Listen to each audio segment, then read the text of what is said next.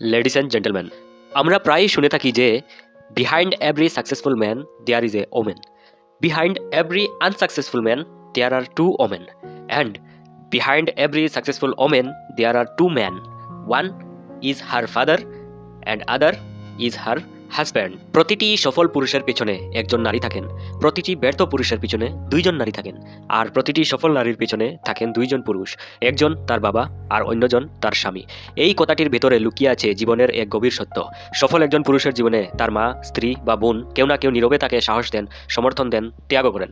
তারা না থাকলে হয়তো সেই সাফল্য সম্ভব হতো না। আবার অনেক সময় আমরা দেখি একজন মানুষ ব্যর্থ হয় কারণ সে সঠিক পথ নির্দেশনা, সমর্থন বা বোঝাপড়া পায় না। সম্পর্কের ভারসাম্য না থাকলেও জীবন এলোমেলো হয়ে যায়।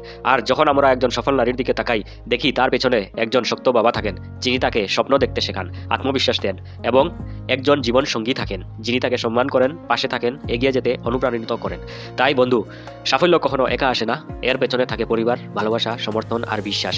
আজ আমাদের উচিত নারীকে সম্মান করা, পুরুষকে দায়িত্বশীল করা আর সম্পর্ককে শক্তিশালী করা। কারণ একটি শক্ত পরিবারই তৈরি করে শক্ত মানুষ, আর শক্ত মানুষই তৈরি করে শক্ত সমাজ। চলুন আমরা সবাই একে অপরের পাশে দাঁড়াই, একে অপরকে সম্মান করি এবং একসাথে সফলতার পথে এগিয়ে যাই। ধন্যবাদ সবাইকে।